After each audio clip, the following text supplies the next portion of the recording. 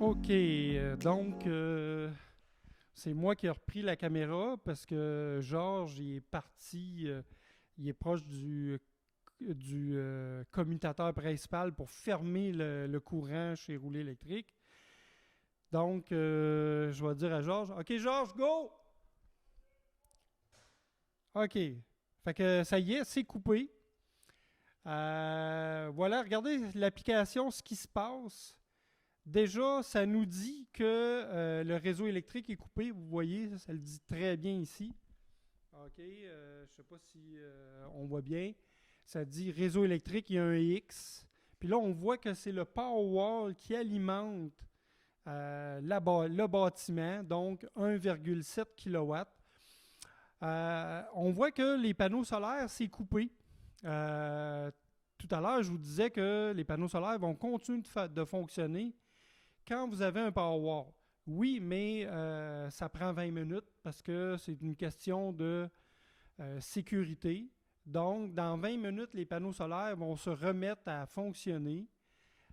D'ailleurs, on va attendre. Là, on va mettre ça sur pause, puis quand ça va être reparti, on va continuer notre reportage. OK, on est de retour. Ben là, ça fait une vingtaine de minutes. Puis là, oups, ça y est, le panneau solaire vient de repartir, l'onduleur des panneaux solaires. Puis si vous regardez, fait que vous voyez 145 watts, 166, bon, là, pourquoi c'est moins? Ben c'est que, attendez, on va allumer les lumières. Pourquoi c'est moins? Ben, c'est parce que le soleil baisse. Hein? 20 minutes plus tard, le soleil est beaucoup plus bas. On se rappelle que tantôt, on avait 600 quelques watts. Puis, si vous regardez sur l'application maintenant, ben, on voit très bien que le réseau électrique est toujours à X, mais on voit que les panneaux solaires alimentent la bâtisse, donc à 0,2 kW ou 200 watts. La bâtisse consomme 500 watts ou 0,5 kW. Puis le Powerwall, lui, en temps réel, va compenser ce qui manque, le 0,3 kW, ce qui fait que les besoins d'électricité de la bâtisse sont alimentés. Bon, là, pourquoi on a juste 0,5 kW, c'est pas beaucoup? Mais là, mais pourtant, tous les services essentiels de la station sont là. L'informatique, regardez, on voit, il y a des switches en haut. Genre, je vais peut-être juste montrer. Des commutateurs, il y en a un autre dans l'autre section. Les téléphones IP aussi sont alimentés. Il y a même un réfrigérateur en haut. Il y a quelques lumières. Fait que ça tire à peu près 0,5 kW. OK? Fait que c'est sûr qu'avec cette consommation-là, le Powerwall, lui, il peut durer quasiment 24 heures de temps. OK? Parce qu'on a 13,5 kW de réserve d'énergie. Fait que si on s'en va ici comme ça, voilà, on voit le graphique. Le Powerwall, il est à 95%. Je ne sais pas si on voit. Fait qu'en une demi-heure, là, on a perdu 5%. C'est sûr que pendant la panne, là, on a fait exprès, on a mis des choses qui consomment. Fait que c'est pour ça qu'en 20 minutes, ça a baissé de 5%, mais c'est sûr que ça ne baissera pas vite là, à 0,4 kW, surtout que les panneaux solaires en fournissent un peu. Mais là, ce qu'on va faire, c'est qu'on va mettre du load. OK? Puis on va vous montrer comment le Powerwall va gérer cette puissance-là demandée. OK, donc, fait que là, on tire, comme je disais, 0,5 kW. Puis là, on va allumer les fluorescents. Fait que, Georges, peut-être filmer vers le plafond. Fait qu'on allume tout ce qui est sur le Powerwall. Fait que là, on va voir, ça va monter. Ça a déjà monté. Donc, à 0,9 kW. Donc, fait que ça l'indique que les fluorescents consomment à peu près 400 watts. OK? Fait que, mais là, c'est pas assez. Là, il faut en mettre plus que ça du load. Fait que on a branché un calorifère, un ventilateur, une chaufferette sur le Powerwall. Puis là, ben, on s'entend que des chaufferettes, ça consomme plus. Fait que la chaufferette qu'il y a ici, Fait que, on l'allume. Bon, là, on est au mois d'août, on n'a pas besoin de chauffage, là, mais c'est juste pour montrer. Fait que là, regardez, là, on est à 2,7 kW. Je vous rappelle que le Powerwall peut fournir 5 kW de façon soutenue. C'est sûr qu'en 4 heures, il va être déchargé là, à 5 kW. Il va se décharger vite. À moins que les panneaux solaires fournissent beaucoup, parce que les panneaux solaires, sur l'heure du midi, quand il fait soleil, là, juste les hauts vents, là, on va chercher quand même un 4 kW. Fait qu'on va continuer d'augmenter le load. Le bon vieux truc du séchoir à cheveux. Donc, on y va. Par ici. Fait qu'on va aller brancher un séchoir à cheveux. Ça va faire un peu plus de bruit. Mais bon. Donc, séchoir à cheveux qui est branché sur une prise qui est alimentée par le Powerwall. Donc, on allume tout ça. C'est parti. Là, ça donne combien? 4,2 kW. Fait que là, on n'est pas loin du maximum. Fait que là, on va aller plus loin que ça. On va brancher la modèle Y. Donc, on va brancher la modèle Y qu'il y a ici sur la borne TechnoVE que je vous ai présentée tout à l'heure, qui peut alimenter jusqu'à 3,6 kW. Donc, si on additionne le 4,3 plus le 3,6, on est quasiment rendu à 8. On dépasse le maximum du Powerwall. Fait que là, la question, c'est qu'est-ce qui va se passer? Ça va-tu sauter sur la patente? Parce que c'est limité à 7, puis de façon continue, pas plus que 5. Fait que on va se brancher. Donc, le pistolet est ici. Voilà. On va aller brancher ça. Voilà. On se branche. C'est parti. Donc, la lumière verte vient de s'allumer. Ça veut dire que ça charge. Là, qu'est-ce qui se passe? Donc, on va aller voir ici.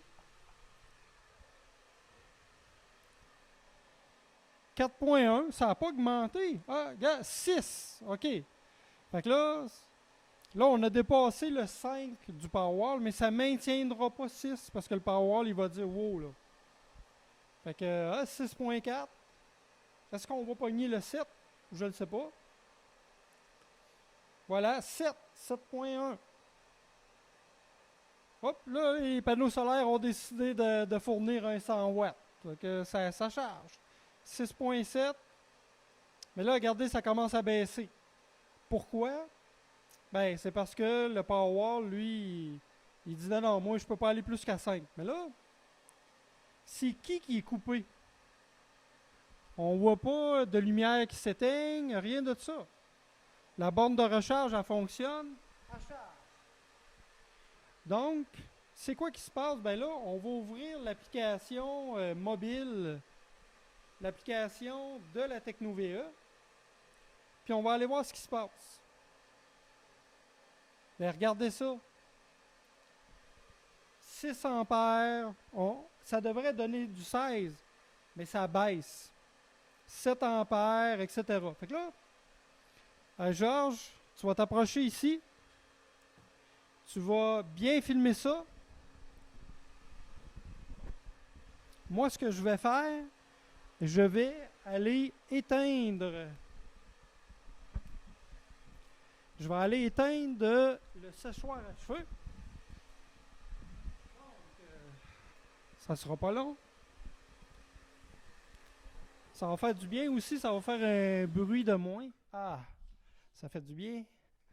Donc, là, je suis convaincu que ça a augmenté. Ben oui. Fait que il y a eu une baisse de puissance, donc la différence est injectée dans la recharge.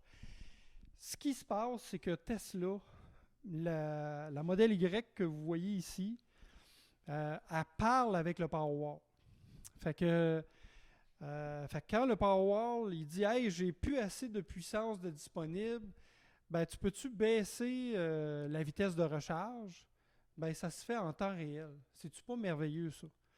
C'est sûr que si votre véhicule électrique, c'est pas une Tesla, ben là, ça marchera pas. Mais là, ça, c'est l'écosystème de Elon Musk qui est en train de créer. Fait que là, vous voyez, là, on charge toujours à 12 ampères. Ce que je vais faire, je vais aller éteindre la chaufferette. Fait que ça va prendre 2 secondes.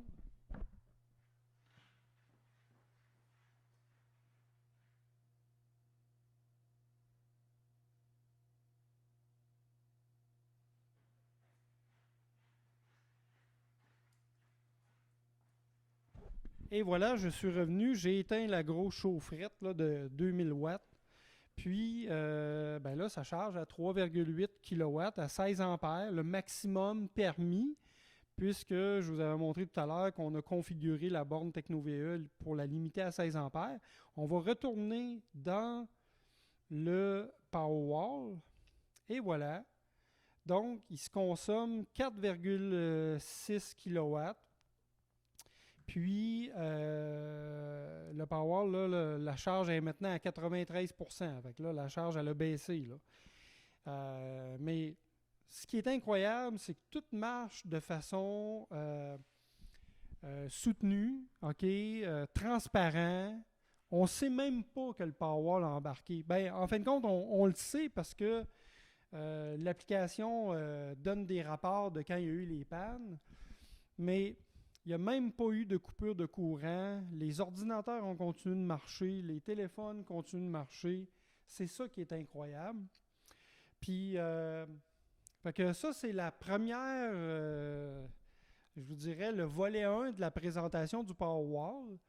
Il va y avoir un volet 2 parce que imaginez-vous donc qu'on a un deuxième Powerwall qui va être installé dans quelques jours. Il est ici. C'est Éric Bolduc qui avait ce Powerwall-là. Vous le connaissez peut-être. Il fait de l'anti-rouille pour des véhicules électriques dans la région de Québec. Puis lui ici, il a gagné un Powerwall édition Founder, hein, qui est rouge, qui est vraiment exclusif à ceux qui l'ont gagné.